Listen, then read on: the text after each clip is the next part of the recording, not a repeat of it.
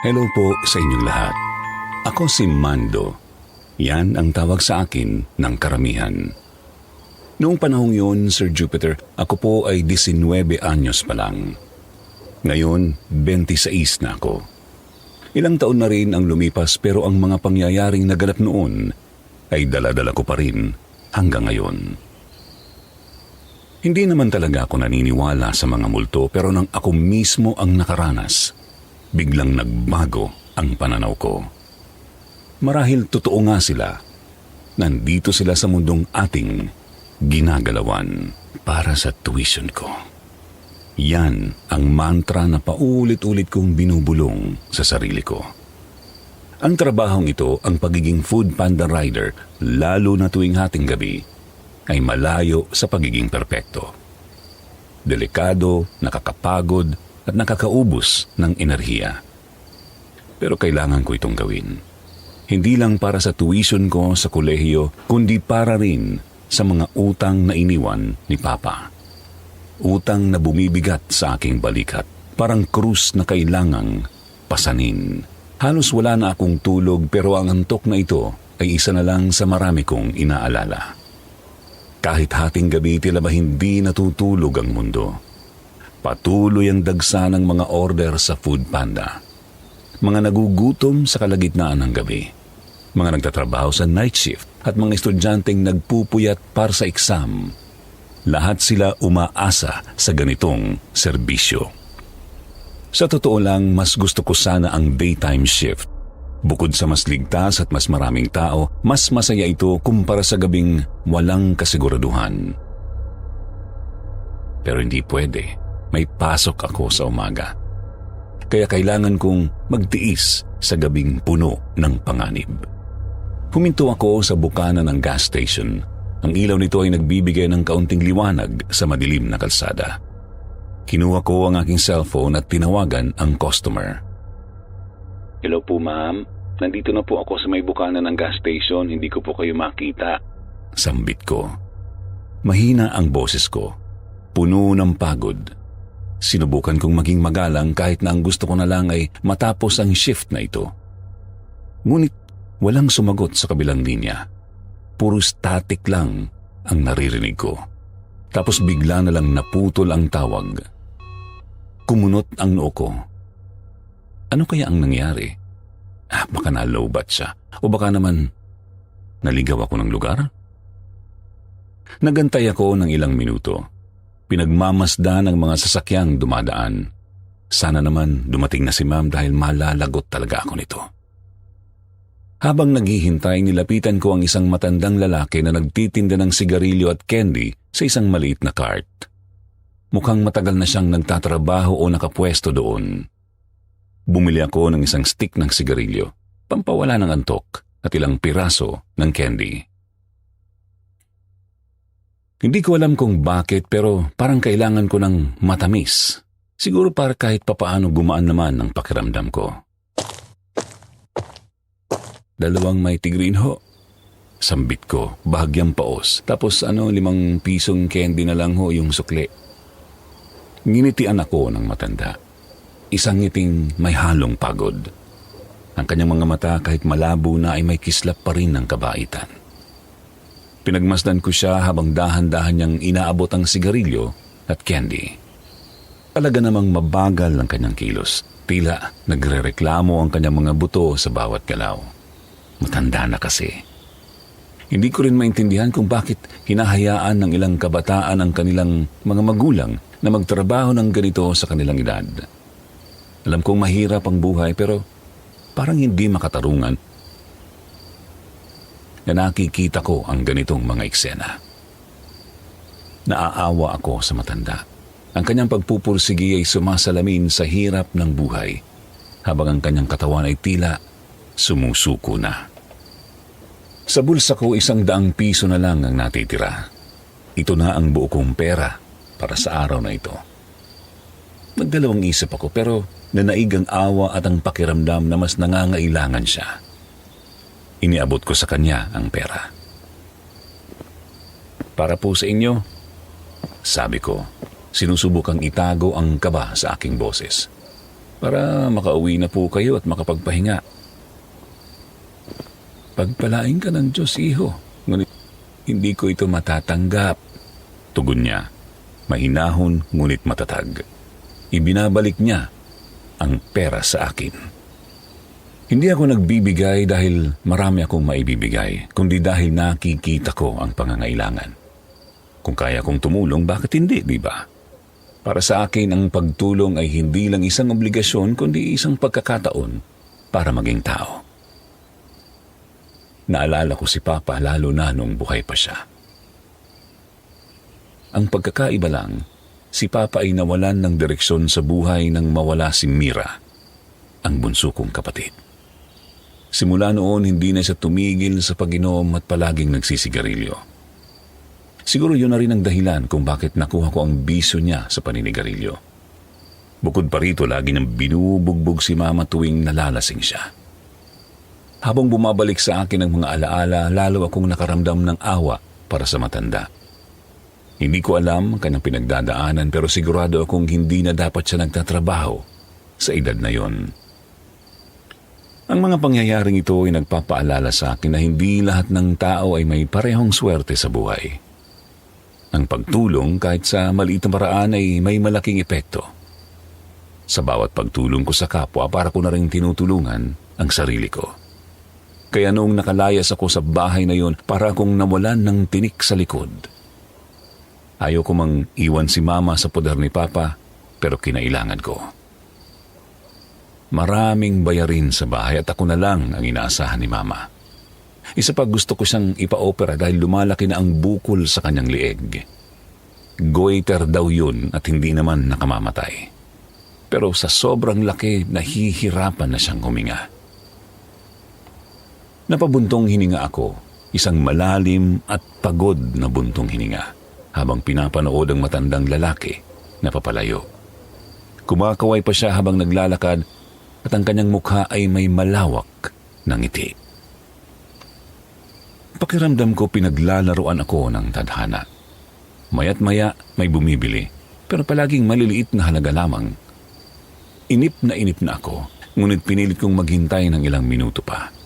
Baka sakaling sumulpot na ang customer. Sinubukan ko pang sumulyap sa loob ng gas station. Balak sanang magtanong kung may nakita silang customer na naghahanap sa akin. Pero laking gulat ko nang makita kong mahimbing na natutulog ang nagbabantay. Mukhang wala na talaga akong maaasahan dito. Pero desperado ako sa pera. Kailangan ko talaga eh. Kaya kahit labag sa loob ko, hindi ko na ininda ang oras na paghihintay. Malaki rin na lang ang ito, ika nga. 1,854 para sa order ni Ma'am, tapos dagdag pa ang 200 pesos na shipping fee. Malaking halaga na yun para sa akin. Halos mawalan na ako ng pag-asa. Ramdam ko na ang pangungulila sa tagumpay. Tapos ayun na nga. Para bang narinig ng Diyos ang panalangin ko. Dumating si Ma'am. Huminto ang kanyang itim na kotse sa harapan ko at ibinaba ang bintana. Nakasuot siya ng malaking shades kaya hindi ko makita ang kanyang muka. Pero wala akong pakialam. Buhay niya yan. Trip niya yan eh. Ang importante lang sa akin ay ang perang kikitain ko. Ma'am, bali 1,854 po yung order nyo. Hiwalay pa po yung 200 pesos na shipping fee. Banggit ko. Pilit na naglalagay ng sigla sa aking boses at sinamahan pa ng isang matamis na ngiti. Hindi siya umimik. Tango lang ang isinagot niya. Kinuha niya ang order mula sa akin sa kainabot ang bayad. 2,500 pesos. Kukuha na sana ako ng sukli mula sa pouch ng mga order kanina pero bigla na lang humarurot ang kotse ni Ma'am at umalis agad-agad. Hindi ko tuloy na iabot ang sukli. Nakatayo na lang ako roon. Nakatulala habang pinagmamasdan ng kanyang kotse na papalayo. Mukhang wala naman siyang balak kunin ang sukli. Inisip ko na lang na siguro trip niya talagang magbigay ng tip sa mga driver. Napangiti ako. Sa wakas, sinuwerte rin ako. Ito ang una kong swerte ngayong araw. Ramdam ko na rin ang pag-asa na sa mga susunod na oras, mas marami pa akong swerteng matatanggap. Tapos biglang pumailan lang ang ringtone ng aking lumang telepono. Isang garalgal na tunog na parang sirang trumpeta. Walang caller ID, walang kahit anong pahiwatig kung sino ang nasa kabilang linya. Pero trabaho ito at bilang delivery driver, bawat tawag ay potensyal na kita. Kaya dali-dali ko itong sinagot.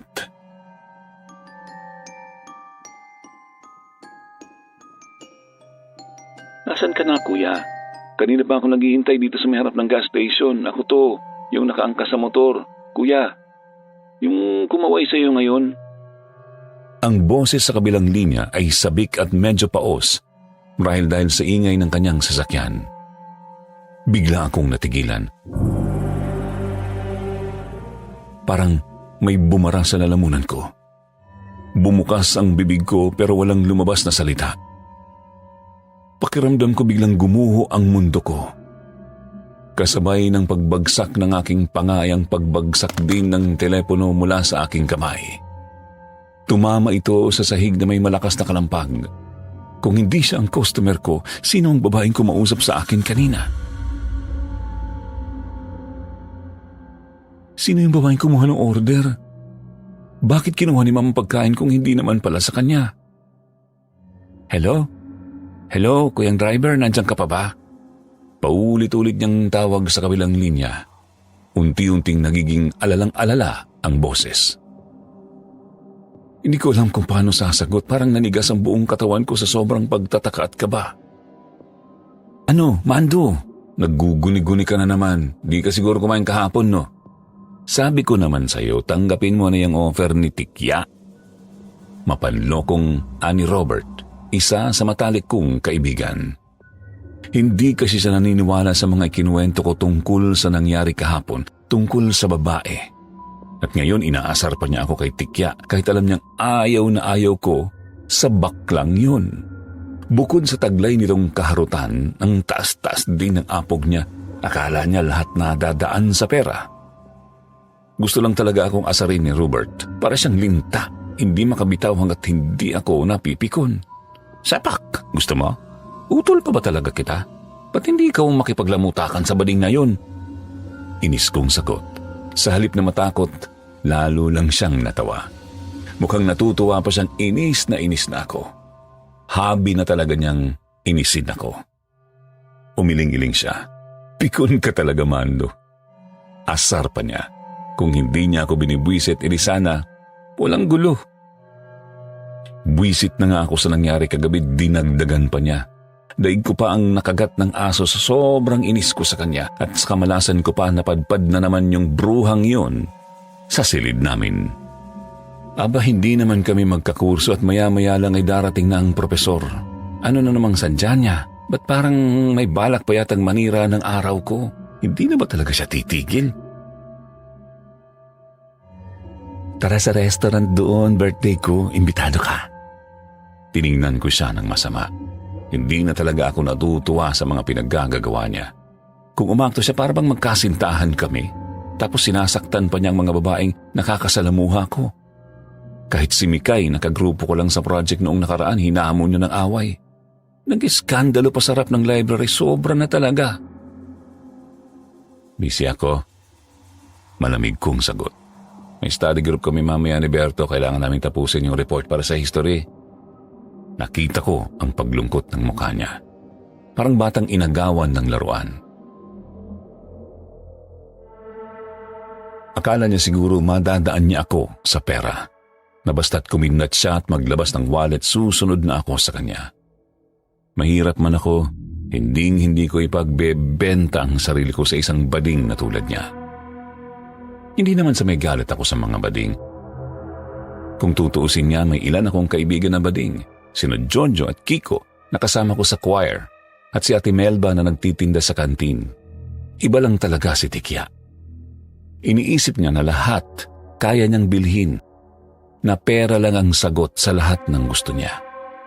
Na porket mayaman siya, makukuha niya ang kahit sino at kahit ano. Yun ang mga taong kinaiinisan ko ng lubusan. Mga taong ang taas ng tingin sa sarili na akala mo kung sino dahil lang sa dami ng pera nila. Meron ba tayong report sa history, Tol? Akala ko ba next week pa yun? Mariin kong siniko si Robert. Talaga namang walang preno ang bibig ng isang to. Hindi ba niya nakikita ang sitwasyon? Halata namang ayaw kong magpunta roon. Ang makipag-usap kay Tikya ay pag-aaksaya lang ng oras. Baka kung ano-ano na namang kalokohan ang ikalat niya sa buong eskwelahan. Aba, katatawanan na naman ako nito. Tiningnan lamang ako ni Tikya at mabuti na lang umalis din siya. Hindi ko na kailangang gumamit ng masasakit na salita para lang itaboy siya. Siguro naman natuto na siya sa nangyari noong nakaraan. Actually, ayokong umabot na naman sa puntong kailangan ko siyang saktan gamit ang mga salita ko. Pagkatapos ng klase, mabilis akong naligo at kumain. Wala nang patumpik-tumpik pa, dumiretso agad ako sa trabaho para kumita ng pera. Hanggang ngayon, balisa pa rin ako sa nangyari noong isang gabi. Wala akong ibang pagpipilian. Wala ako sa posisyon para mag-inarte. Bagamat kinakamahan at natatakot, kailangan kong magpatuloy. Pera din yun. 8:00 na ng gabi. Ang mga ilaw ng kalye ay may mapupusyaw na kulay kahel at ang hangin ay may bahid ng usok sa malamig na gabi. Sa isang karaniwang araw ng trabaho, ganitong oras ay abala ako sa paghahatid. Ngunit ngayon ay Biyernes at hindi lang Biyernes, kundi Biyernes Santo. Karamihan sa mga opisina ay sarado at ang mga pamilya ay nagtitipon-tipon sa kanilang mga tahanan, sama-samang kumakain ng hapunan. Ang mga regular kong customer, ang mga empleyadong walang oras o lakas para magluto ay wala. Kaya heto ako, nakaupo sa aking scooter, naghihintay. Maya-maya tumunog ang cellphone ko. Feeling ko isang order to. Salamat naman, Lord. Bulong ko sa sarili habang agad kong tinignan ang address. Napakunot ang noo ko. Isang resto bar? Hindi pangkaraniwan para sa ganitong klaseng lugar ang mag-order ng fast food. Sino ba naman ang papadeliver ng burger at fries sa isang lugar na nagbebenta ng masasarap na pagkain at inumin, di ba? Siguro may naglilihi o baka may kakaibang panlasa lang talaga.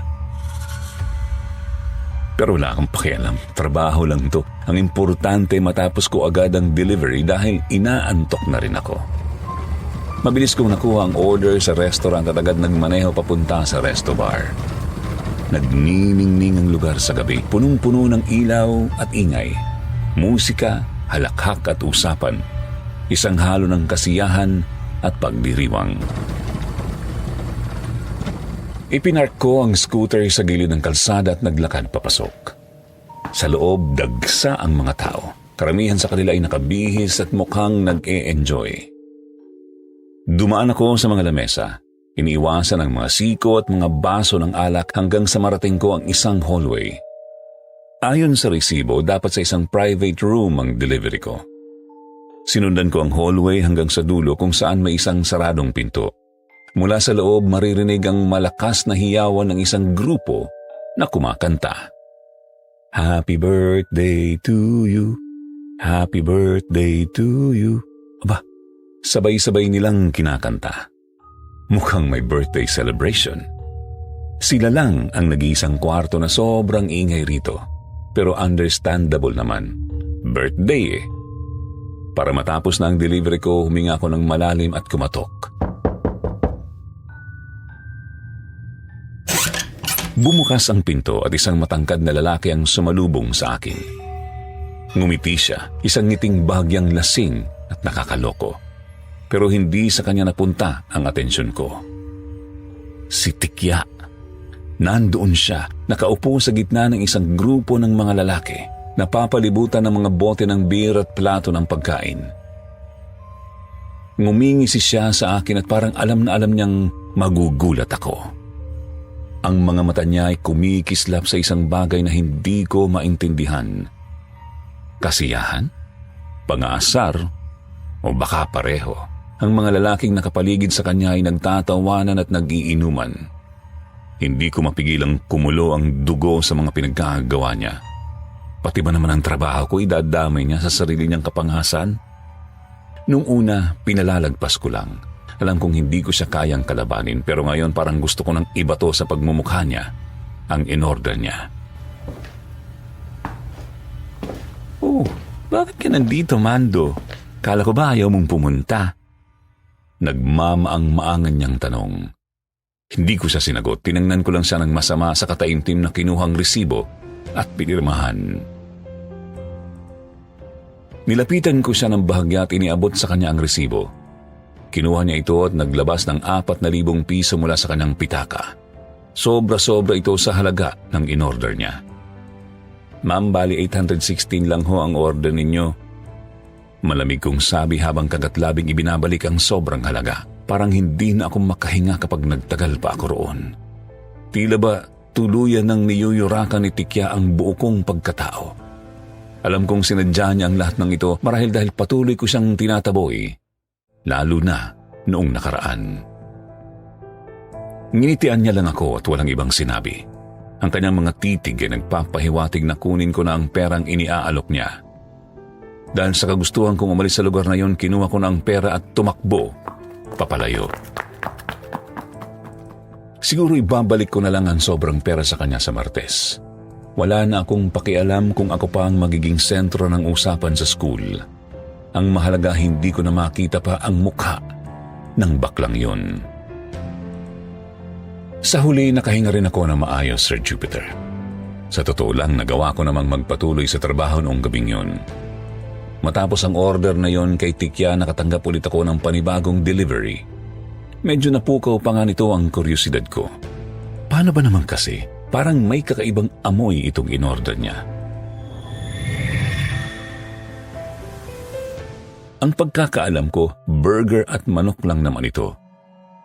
Pero iba talaga ang amoy. Nakakasuka, parang nabubulok. Akala ko nga noong una baka expired o inaamag na ang pagkain kaya binuksan ko ang package. Pero wala naman akong nakita. Okay lang yung pagkain. Baka nagiging sensitive na rin ang pangamoy ko. Siguro dahil na rin sa halo-halong amoy ng alak na naamoy ko kanina. Hindi na ako nagatubili pa at pumunta sa tapat ng isang malaking mansyon. Magara ang bahay. May malawak na garahe at mukhang pangmayaman talaga ang may-ari. Akalain mo ba naman kahit ang pintuan nila ay kumikintab? Halatang mamahali ng mga materyales na ginamit sa paggawa nito. Pinindot ko ang doorbell, pero walang sumagot. Sinubukan ko ulit sa pangalawang pagkakataon pero wala pa rin. Pipindutin ko na sana ulit nang bigla na lang bumukas ang pinto. Pinagbuksan ako ng isang babae. Maputi siya, makinis ang kutis at matangkad, parang isang modelo sa magazine. Kapansin-pansin rin ang pulang wristband sa kanyang kamay. Kakaiba kasi ang disenyo ng bracelet, ngunit ang mas ikinataka ko, nakasuot siya ng shades sa gabi. Dahil dito hindi ko makita ng maayos ang kanyang mukha. Samantala tinitigan niya ako mula ulo hanggang paa, para bang sinusuri ako. Opo, ma'am, ito na po ang order ninyo. Sabi ko sabay abot ng pagkain. Kinuha niya ito at tinitigan, tila ba sinusuri ang laman ng bag. Walang imik, saka siya tumalikod at pumasok sa loob ng bahay. Naiwan akong nakatayo sa labas, nagtataka sa kanyang ikinikilos. Ano kaya ginagawa niya sa loob? Umiling na lang ako at nagpasyang maghintay. Hindi naman siguro ako tatagalan dito. Baka kumukuha lang ng pera si ate. Matapos ang ilang minutong paghihintay, muling bumukas ang pinto. Bumalik ang babae at sa pagkakataong ito, may hawak na siyang sobre. Bigla akong nakaramdam ng kakaiba. Parang pamilyar siya. Sandali, hindi ba siya yung babae noong nakaraang delivery?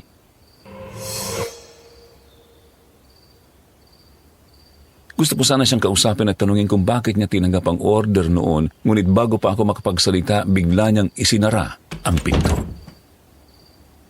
Ayaw ko namang maging sanhi ng gulo kaya pinili ko na lang na magpatuloy at umuwi.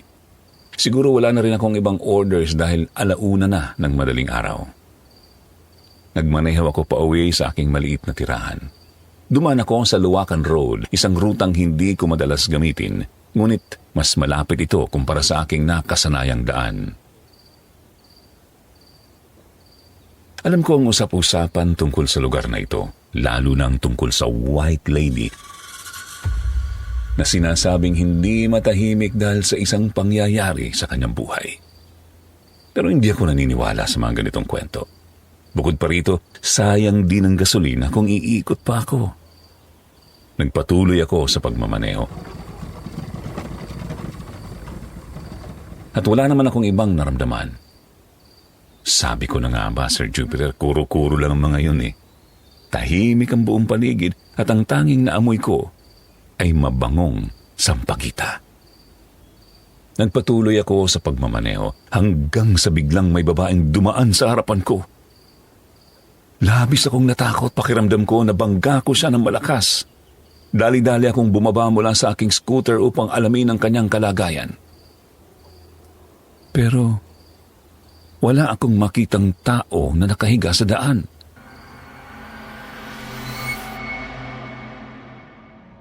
Wala kahit isang bakas. Dahil sa matinding takot, agad akong bumalik sa scooter. Hindi ko alam kung bakit pero parang may naramdaman akong bigat sa likuran. Pinatakbo ko ang motor ng napakabilis, halos lumipad ako sa daan.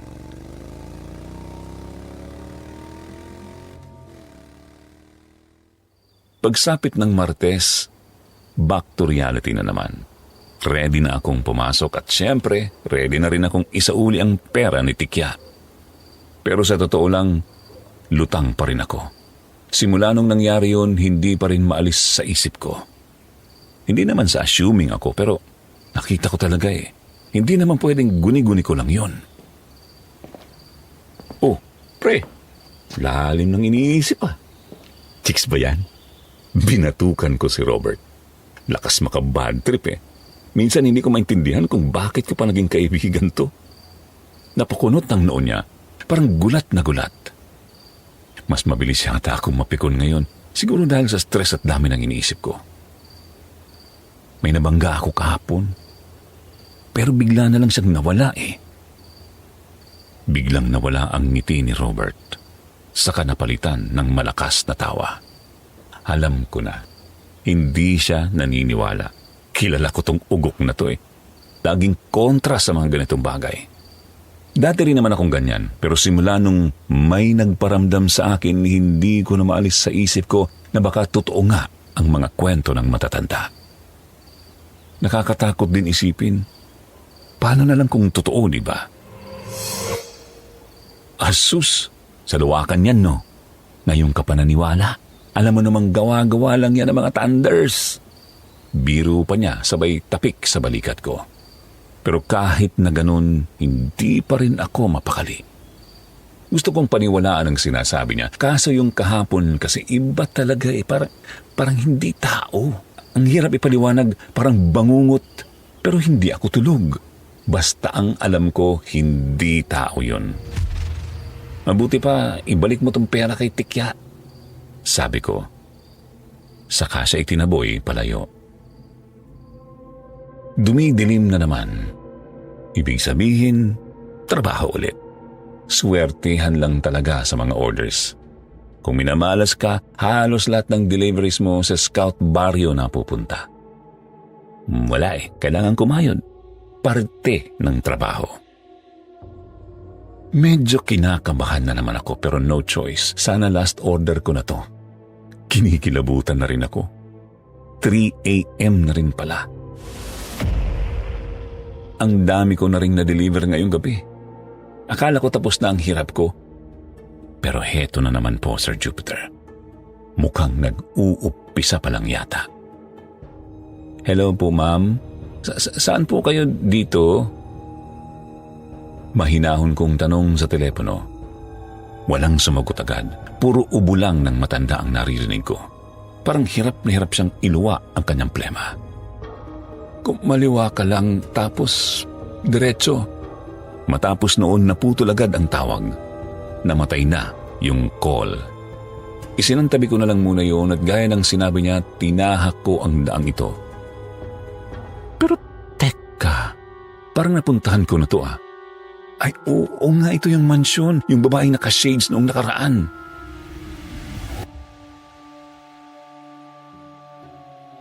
Hindi ako pwede magkamali, Sir Jupiter. Ito yun. Baka lola niya to. Pagdating ko, pinagbuksan agad ako ng isang matandang babae. Halata namang hirap na siyang maglakad. Kaya dali-dali akong pumasok para ilagay ang order niya sa veranda. Pagkatapos noon, nagbayad siya. At grabe, may tip pa. Nagdalawang isip pa nga ako kung tatanggapin ko ba. Ang laki kasi. Pero sabi niya wala lang daw yun sa kanya. Maliit na bagay lang daw. Sa bagay, mayaman nga pala siya. Ang ganitong klaseng bagay, barya lang sa kanila. Mag-iingat ka, iho ha. Gabing-gabi na.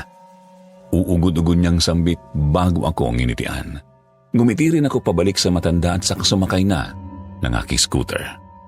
Sa wakas, tapos na rin ang kalbaryong to. Makakauwi na rin ako. O, yun ang akala ko. Pero ayaw niya akong matahimik. Patuloy niya akong ginagambala. Taimtim akong nagmamaneho hanggang sa naamoy ko na naman ang sampagita. Noong mga nakaraang araw, akala ko normal lang yun. Pero ngayon, nagtaka ako. Wala namang tindera ng sampagita sa gitna ng daan. Saan kaya nagmumula ang amoy na yun?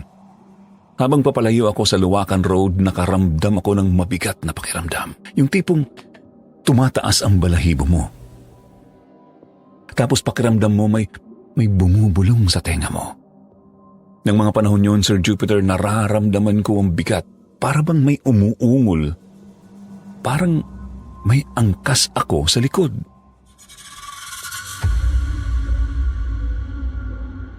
Mabilis akong tumingin sa salamin ng aking scooter, pero wala akong nakita.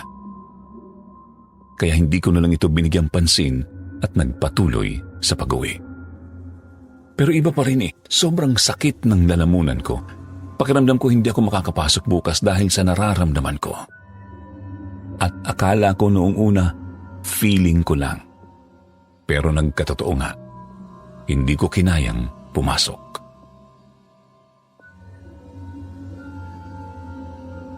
Sobrang sakit ng lalamunan ko. Tila ba may nakabarang kung ano rito.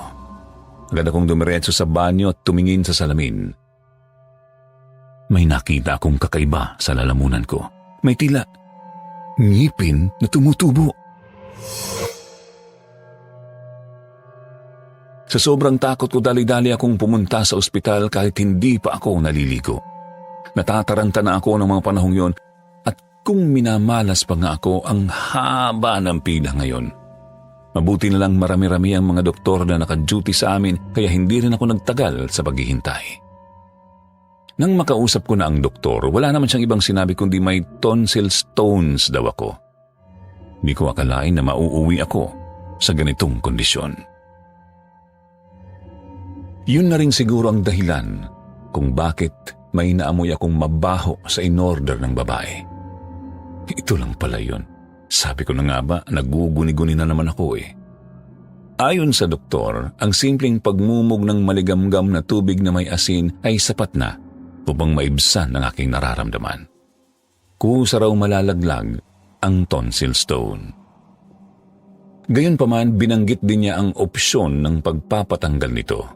Pero malaki ang gastos. At sa kasalukuyan, hindi ko yon kayang tustusan. Kaya naman napagdesisyonan kong sundin ang payo. Magmumog na lang muna. Pagkatapos ng ilang araw na pahinga, sa wakas nakabalik na rin ako sa eskwelahan. Ngunit pagbalik ko, agad akong sinalubong ng tambak na gawain. Kinailangan kong humabol sa mga napalampasan kong lessons. Mabuti na lang at matyagang nagno-notes si Robert, kaya kahit papaano, updated pa rin ako sa mga nangyari. At ngayong gabi muli akong babalik sa trabaho. Babalik sa routine ko. Kailangan magbanat ng buto upang makabawi sa mga pagkukulang ko. Mapanghamon ang mga nagdaang oras. Hindi lang ang hirap ng sitwasyon ang bumabagabag sa akin, kundi pati na rin ang kakaibang pakiramdam. Tila may presensya sa aking likuran.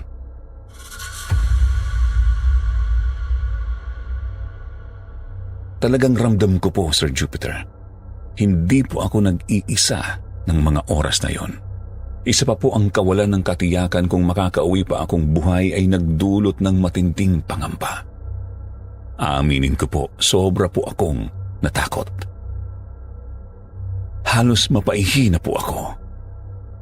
Sa kabutihang palad, Sir Jupiter, nagkaroon ako ng lakas ng loob na magpatuloy sa pagmamaneho nang hindi lumilingon sa likod. Bagamat ramdam ko ang pagbigat ng aking scooter, hindi ko sinubukan ni sumulyap man lang. May hindi maipaliwanag na kutob akong naramdaman. Parang may masamang mangyayari kung ako'y lilingon. Kaya itinuloy ko na lang ang pagmamaneho. Ni hindi ko tinangkang lumingon sa takot na baka tuluyan akong mawala sa mundong ito. Nagdasal na rin po ako noong mga oras na yon, Sir Jupiter. Lahat ng dasal na alam ko, sinubukan ko na. At gumana naman dahil unti-unting gumaan ang mabigat na pakiramdam. Ngunit sa kasamaang palad sa kalagitnaan ng aking pagmamaneho, tila ako'y pinagkaitan ng swerte. Biglang namatay ang ilaw ng aking scooter. Isang bagay na hindi ko inaasahan dahil sigurado akong wala naman itong problema. Katunayan, pinacheck ko lang ito kamakailan. Dahil sa pangyayaring ito, bumalik ang takot at kaba sa dibdib ko. Mas lalo pa akong nabahala, Sir Jupiter. Nagpasya akong huminto sandali upang siyasatin ang problema ng aking sasakyan. Ayokong maaksidente kung hindi ko ito maaayos. Habang abala ako sa pagtingin sa scooter, biglang may narinig akong pagpalahaw ng isang babae. Hindi ito ganoong kalinaw pero malinaw kong narinig ang kanyang daing. Punong-puno ito ng pighati at sakit na parabang nagdadalamhati siya sa isang matinding hinagpis. Matapos ang pangyayaring yun, hindi ko kayang tawagin lang itong insidente. Dahil kailangan kong ilarawan ang bigat, ang lamig, ang takot na bumalot sa akin. Pagkatapos noon, nagising ako sa ospital. Hindi ko alam kung bakit at paano ako napunta roon. Nakakasilaw ang ilaw. Ang amoy ng antiseptiko ay halos sumakal sa akin. Pakiramdam ko, nanghihina ako hindi lang sa katawan, kundi pati sa isipan. Sinubukan kong alalahanin ang nangyari, pero parang may pader sa isip ko. Hindi ko matandaan. Ang tanging alam ko lang nakaramdam ako ng matinding takot. Takot na hindi ko pa naramdaman kahit kailan. Masakit pa rin ang ulo ko dahil sa concussion. Sinabi ng nurse na swerte raw ako. May isang taong may mabuting loob na nagdala sa akin sa ospital. Kung hindi raw ako nakita agad, maaaring lumala pa ang kondisyon ko. Agad kong tinawagan si Robert matapos marinig ang balita. Dali-dali naman siyang pumunta sa ospital. Hindi ko na sinabihan si Mama. Alam kong marami na siyang problema at ayaw ko nang dagdagan pa. Nakita ko ang pag-aalala sa mukha ni Robert. Tumakbo siya na parabang may mulubha akong sakit. Pucha, kala ko naman naputulan ka na ng paa. Inis niyang sabi. Napangiwi ako sa reaksyon niya, pero nagpapasalamat ako dahil tinulungan niya rin akong magbayad ng bills sa ospital. Ang laki na rin ang utang ko kay Robert, kaya nga nagpapasalamat ako na naging utol ko siya. Robert, pag sinabi kong nakita ko na yung nilalang ngayon, maniniwala ka ba? Tanong ko sa kanya. Nanahimik lang siya. Hindi ko alam kung naniniwala ba siya o iniisip na niyang nagyuyuying na ako. Hanggang ngayon, wala siyang ibang sagot. Sinabi lang niyang magpahinga na raw ako. Hindi ko alam kung ano ang iniisip niya pero ramdam kong nag-aalala rin siya para sa akin. Gusto kong sabihin sa kanya ang lahat ng nakita ko, lahat ng nangyari. Pero natatakot ako dahil baka isipin niyang nasiraan na ako ng bait. Lubos akong nagulat at nabahala sa mga pangyayaring nasaksihan ko sa ospital, Sir Jupiter. Matapos ang sarili kong karanasan, ang pagsubok na pinagdaanan ng batang katabi ko ay nagdulot ng matinding pagkabigla at kalungkutan. Napakabilis ng mga pangyayari. Habang ako ay nagpapahinga, bigla na lang nagsimulang sumuka at dumumi ang batang katabi ko. Kitang-kita ang hirap niya sa paghinga. Agad siyang dinala sa ER. Sa isip ko baka simpleng diarrhea lang. Pero hindi pala. Hindi nagtagal inanunsyo ng doktor sa pamilya ng bata ang masaklap na balita. Wala na siya. Labis akong naawa sa kanila kahit hindi ko sila personal nakilala. Kanina lang nakita ko po siyang masayang naglalaro sa kanyang tablet. Pero sa isang iglap, nawala na ang kanyang hininga. Napaisip ako, ganun kabilis, ganun walang kasiguraduhan ang buhay ng tao. Nakakatakot isipin na sa isang saglit pwedeng mawala ang lahat. Itong pangyayaring ito ang nagtulak sa akin na magmuni-muni. Napagtanto ko kung gaano ko kaswerte na nakaligtas sa mga pinagdaanan ko kanina. Wala akong nagawa kundi magbigay ng pakikiramay sa pamilyang naulila. Patuloy silang umiiyak habang ako naman ay nakatingin lamang sa wristband na nakapulupot sa aking kamay. Kulay asul. May kakaibang pamilyarida dito. Parang nakita ko na ito dati. Alam kong may kahulugan ng wristband na ito pero hindi ako ganoon ka-knowledgeable sa mga ganitong bagay. Isa pa, hindi naman ako madalas dalhin sa ospital ni Mama tuwing nagkakasakit ako. Kaysa wala raw kaming sapat na pera para ma-afford ang hospital bills. Hindi ko maalala kung saan o kanino ko ito nakita. Basta may alaala akong may suot na ganitong wristband. Habang ang pamilya ng bata ay nagluluksa, ako naman ay humiga upang magpahinga. Sa aking pagkakapikit, napansin ko ang isang bagay. Isang pulang wristband na nakapulupot sa kamay ng namayapang bata.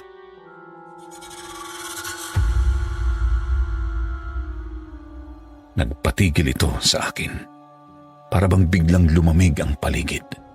Nagkaroon ng bigat sa dibdib ko. Ang pulang wristband na yun, dulot nito ay mas malalim na pagtataka sa aking isipan.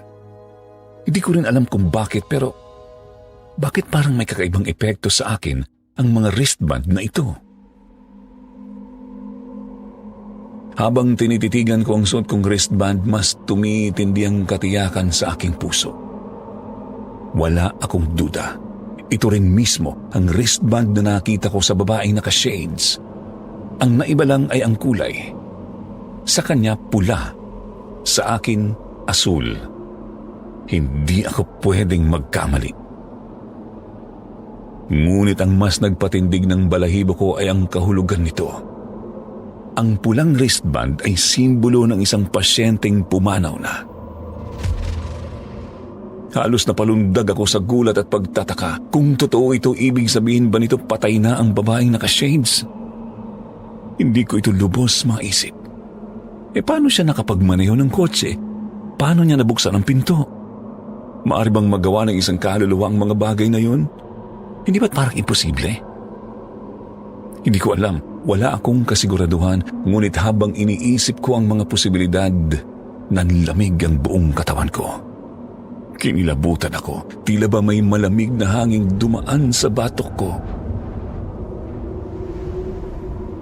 Patuloy ring nanunuyo ang lalamunan ko at hindi ko mapigilan ang pagtaas ng aking mga balahibo. Aaminin ko, natatakot na ako. Hindi ko itinatanggi ang nararamdaman kong ito.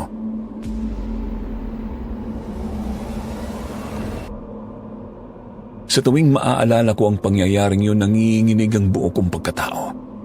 Nalilito ako kung saan ako dapat matakot. Sa White Lady ba na madalas ikinikwento o sa babaeng naka-shades na nakita ko mismo. Ang hindi ko alam, ano ang mas nakakatakot? Ang posibilidad na nakasalamuha ko ang isang kaluluwa o ang hindi ko maintindihan kung paano nangyari ang lahat. Lalong nagiging kakaiba at mahirap ipaliwanag ang sitwasyon ko. Parang may mga pangyayari na hindi kayang sagutin ng siyensya at hindi ko na alam kung ano ang susunod na hakbang na dapat kong gawin. Matapos akong ma-admit sa ospital, nakalabas naman ako ng ligtas at nakabalik sa normal na buhay. Sa trabaho at sa pag-aaral. Labis na ikinatuwa ni Robert ang aking pagbabalik dahil mahigit 1 linggo rin akong nagpapagaling sa ospital matapos ang aking pagkapilay. Nang malaman naman ni Tikya ang tungkol sa aking paglabas, agad niya akong dinalaw at nagbigay ng bulaklak.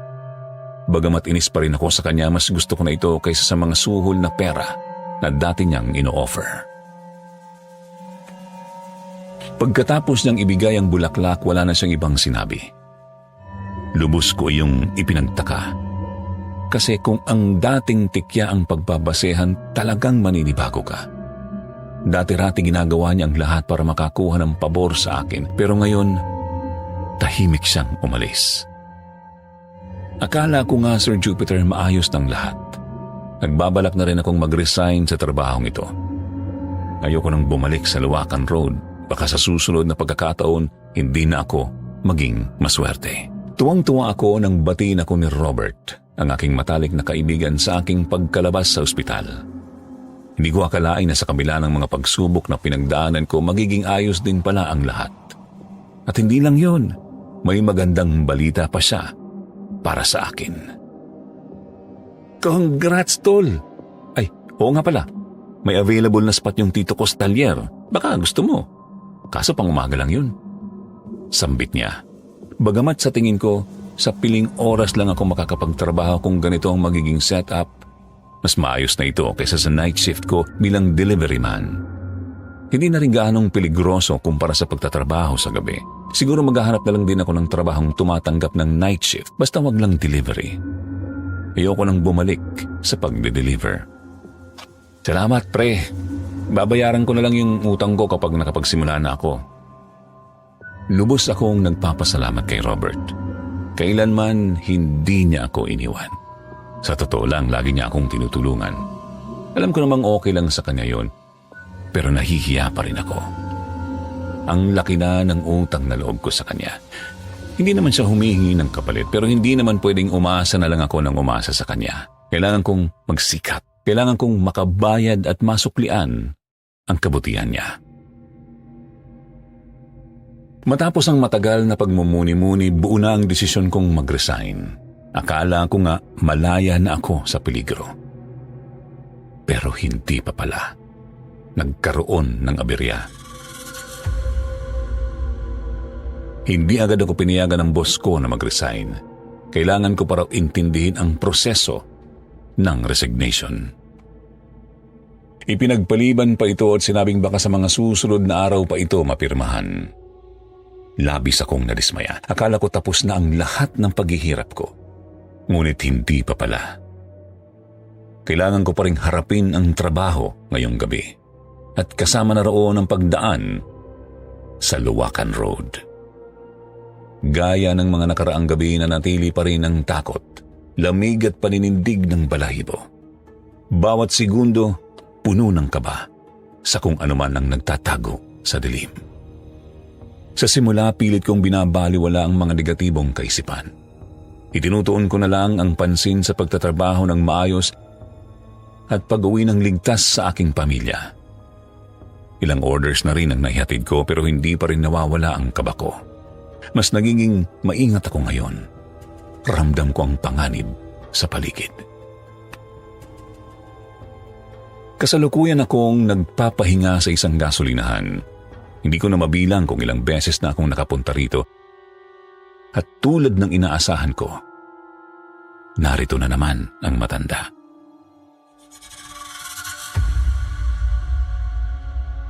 May kakaiba sa kanya ngayon. Tila mas pagod siya kumpara sa mga nagdaang araw. Para bang pasan niya ang buong mundo. Kita sa kanyang mga mata ang matinding pagod at lungkot. Wari, may bumabagabag sa kanya. Parang gusto na niyang magpahinga pero may pumipigil. Parang may bagay na hindi niya pa maaaring iwan o tapusin. Lumapit ako sa kanya at kinausap siya. Upang kahit papaano ay maibsan ng aking pagkabagot sa paghintay sa susunod na customer. Kailan po kayo uuwi, Tay? Tanong ko sa kanya ng may paggalang. Tiningnan niya lamang ako at bahagyang ngumiti. Gusto ko sanang mabayaran niyang tuition ng bunso ko. Nagbabaka sakali nga ako kaya nag-utang pa ako kung saan-saan. Bahagyang nanginginig ang boses ng matanda. Puno ng pag-asa na may halong pagkahiya. Nakaupo siya sa isa sa mga plastik na upuan sa labas ng aking maliit na pwesto. Ang kanyang mga kamay ay magaspang at puno ng kulubot. Tanda ng maraming taon ng pagtatrabaho. Ang kanyang lumang sombrero ay nakatakip sa kanyang manipis na buhok. Napatingin ako sa kanya at hindi ko maiwasang maluha.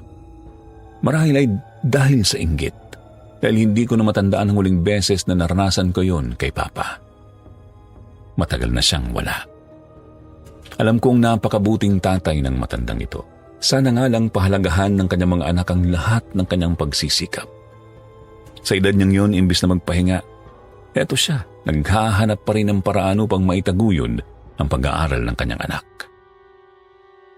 Napabuntong hininga ako nang dumating ang isang customer. Isang motor ang huminto sa harap ng pwesto ko. Bumaba ang isang babae mula rito. Nakaangkas lang siya sa isang lalaki na mukhang asawa niya. Pareho silang pagod, siguro'y galing din sa trabaho at nagdesisyong kumain kaya umorder na lang sila. Pasensya na po sa abala ha, sabi ng babae. Bahagyang paos ang kanyang boses.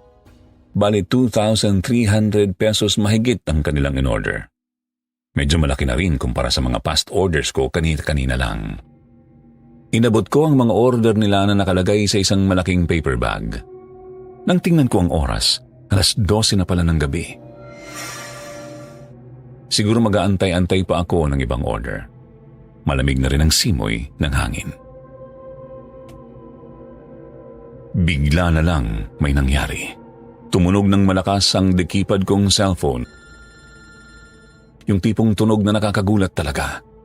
Sa sobrang lakas na bulabog ako at napabalikwas. Agad kong tiningnan kung sino ang tumatawag. Si Robert pala. Kinabahan ako bigla. Ba't kaya siya napatawag ng ganitong oras? Pare, si tita sinugod sa ospital. Ang boses ni Robert ay puno ng pagkabahala at bagyang nanginginig. Hindi na ako nagpatumpik-tumpik pa ni hindi ko na nga sinugot si Robert at agad kong pinatay ang tawag. Nanginig ang mga kamay ko habang tinatay pang mensahe sa kanya. Mabilis naman niyang sinend sa akin ang address ng ospital. Dali-dali akong pumunta roon. Iniwan ang pwesto ko na bahagyang bukas. Wala na akong pakialam kung may mawala man. Matapos ang kalahating oras, nakarating na rin ako sa ospital. Nakakasilaw ang mga ilaw sa emergency room at ang amoy ng gamot ay nakakahilo. Nahanap ko ang kwarto ni Mama. Tahimik siyang natutulog habang si Robert ay nagbabantay sa kanyang tabi. Maputla ang kanyang mukha at may mga tubong nakakabit sa kanyang braso. Napakagat ako sa labi at pinilit pigilan ang mga luhang nagbabadyang bumagsak. Ang sakit-sakit sa dibdib. Parang may mabigat na batong nakadagan. Ano na naman kaya ang nangyari? Gaano naman kalaking sakripisyo ang ginawa niya para sa amin hanggang sa umabot siya sa ganitong kalagayan? Paano na naman kaya siya napunta sa sitwasyong ito? Nadulas daw si tita dahil mababa ang sugar niya. Mukhang nag-i-skip siya ng pagkain para makatipid. Paliwanag ni Robert. Kitang-kita ko ang pag-aalala sa kanyang mukha. Mas lalo akong napaluha nang marinig yun. Kilala ko si Mama. Magsisinungaling yun na okay lang siya kahit hindi. Ilang beses ko na siyang nahuling nagtitipid sa pagkain. Mas inuuna pa niyang gastusin namin sa bahay kaysa sa sarili niya. Lumapit ako kay Mama at hinawakan ang kanyang kamay. Nanlalamig ito kahit sobrang init ng panahon. Habang pinipigilan ng hikbi, nangako ako sa kanya na gagawin ko ang lahat ng paraan.